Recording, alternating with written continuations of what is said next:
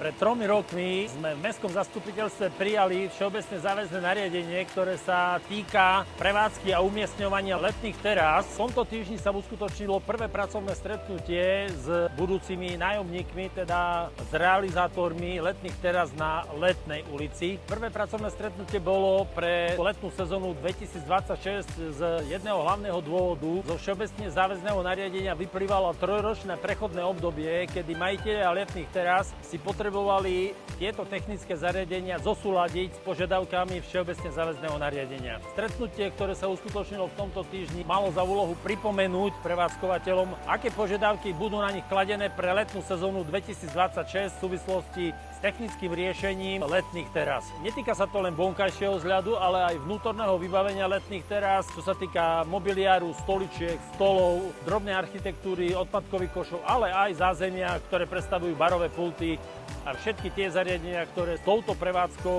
v letnom období súvisia.